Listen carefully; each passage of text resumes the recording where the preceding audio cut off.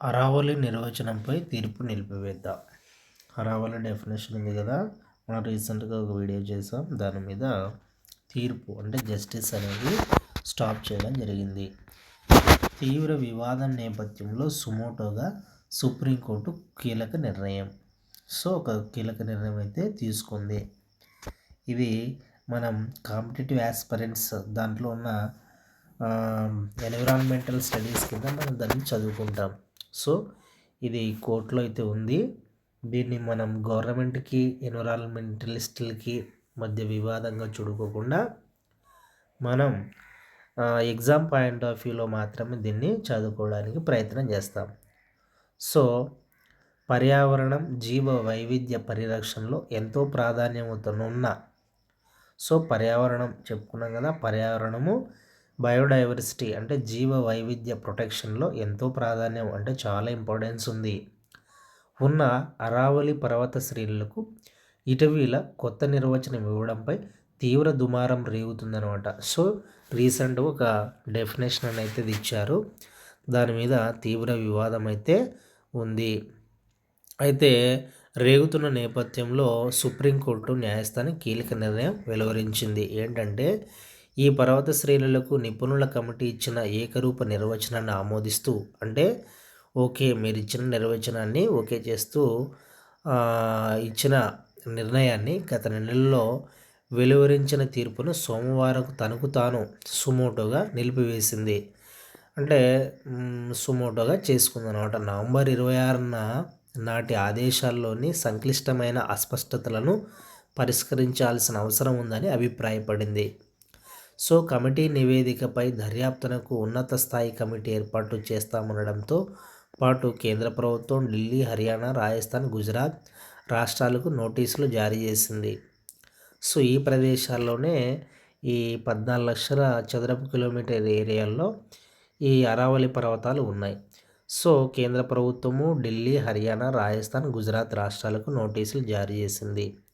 కొత్త కమిటీ ఏర్పాటయ్యే వరకు నిలుపుదల ఉత్తర్వు అమల్లో ఉంటుందని సిజేఐ జస్టిస్ సూర్యకాంత్ నేతృత్వంలోని త్రిసభ్య ధర్మాసనం స్పష్టం చేసింది. Justice GK Maheshwari, justice Augustine George Masih ఈ ధర్మాసనాల్లో సభ్యులుగా ఉన్నారు. తదుపరి విచారణను జనవరి 21కి వాయిదా పడింది. ఏమిటి వివాదం? ఇది ఎగ్జామ్ పాయింట్ ఆఫ్ వ్యూలో మనకి నేర్చుకోవాల్సి ఉంటుంది. దేశంలోని పురాతన పర్వత శ్రేణి అరావళి. ఇది చాలాసార్లు ఇంపార్టెంట్. దేశంలోని హిమాలయాల కంటే కూడా చాలా పురాతనమైనటువంటి పర్వత శ్రేణి ఏదంటే అరావళి.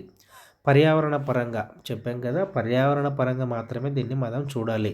కోర్టులు, గవర్నమెంట్లు వివాదాల మాదిరిగా దీన్ని వైరల్ చేయనవసరం లేదనమాట. మనం కాంపిటేటివ్ యాస్పిరెంట్స్ లోనే మనం దీన్ని చూస్తున్నాం. దేశంలోనే పురాతన పర్వత శ్రేణి అరావళి పర్యావరణ పరంగా పలు రాష్ట్రాలకు రక్షక కవచం. పలు రాష్ట్రాలు అంటే దాదాపు 5 రాష్ట్రాలు. ఏది? హర్యానా, గుజరాత్, రాజస్థాను, ఇంకా ఢిల్లీ కూడా. ఢిల్లీ నుంచి హర్యానా, రాజస్థాన్, గుజరాత్ల వరకు ఈ పర్వతాలు విస్తరించి ఉన్నాయి. మనం చెప్పుకున్నదే. అక్రమ మైనింగ్ జరుగుతుందన్న ఆందోళనల నేపథ్యంలో, మనకు జరుగుతుందో లేదో తెలియదు కానీ మనకు జరుగుతుందన్న ఆందోళనలు, అక్రమ మైనింగ్ జరుగుతుందన్న ఆందోళనల నేపథ్యంలో ఆ సిచ్యువేషన్స్ బేస్ చేసుకుని అరావళి పర్వతాలపై కేంద్రం నియమించిన కమిటీ ఇచ్చిన నిర్వచనానికి సుప్రీంకోర్టు ఏం చేసిందంటే గత నెలలో అంటే లాస్ట్ మంత్ ఆమోదం తెలిపింది. ఒక కమిటీ వేసినారు. ఆ కమిటీ తర్వాత 100 మీటర్స్ అబవ్ ఉండేవే కొండలని ఒక డెఫినేషన్ ఇచ్చినారన్నమాట. రైట్. కొత్త నిర్వచనం ప్రకారం అరావళి పరిధి జిల్లాలుగా గుర్తించిన ప్రాంతాల్లో అంటే అరావళి ప్రాంతాలు ఏ జిల్లాల పరిధిలో వస్తాయి అంటే ఐడెంటిఫై చేసిన నేపథ్యంలో 100 మీటర్లు అంతకు మించిన కొండలు, వాటి సమీపంలోని ఎత్తుపల్లాలు, భూములు అరావళి నిర్వచనం పరిధిలోకి వస్తాయి. 100 మీటర్స్ అంతకు మించి ఎత్తున కొండలు అనమాట, అంతకుముందు కావు.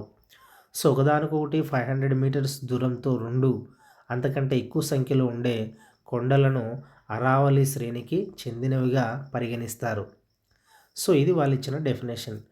పర్యావరణ కార్యకర్తలు అంటే ఎన్విరాన్మెంటల్ యాక్టివిస్టులు, అంటే సైంటిస్టులు ఈ కొత్త నిర్వచనాన్ని, ఈ న్యూ డెఫినేషన్‌ని తీవ్రంగా వ్యతిరేకించినారు. Strongly objected. సో, సుప్రీం జోక్యమే ఎందుకంటే అరావళిపై కొత్త నిర్వచనానికి తాను ఆమోదం తెలిపిన పర్యవసానంగా, అంటే సుప్రీంకోర్టు ఓకే చేసిన పర్యవసానంగా తలెత్తిన తీవ్ర దుమారంపై సుప్రీంకోర్టు సుమోటోగా స్పందించింది. గత కమిటీ నివేదిక, దాని ఆధారంగా వెలువడిన తీర్పు, కమిటీ ఇచ్చిన దాన్ని బట్టి తీర్పు వచ్చింది.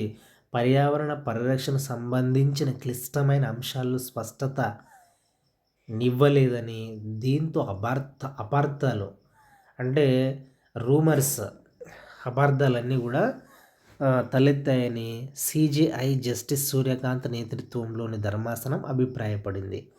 సో, పర్యావరణ సమగ్రతను కాపాడటానికి, నియంత్రణ చర్యల్లో అంతరాలను తొలగించడానికి మళ్ళీ ఎంక్వైరీ చేయాల్సిన అవసరం ఉందని పేర్కొంది.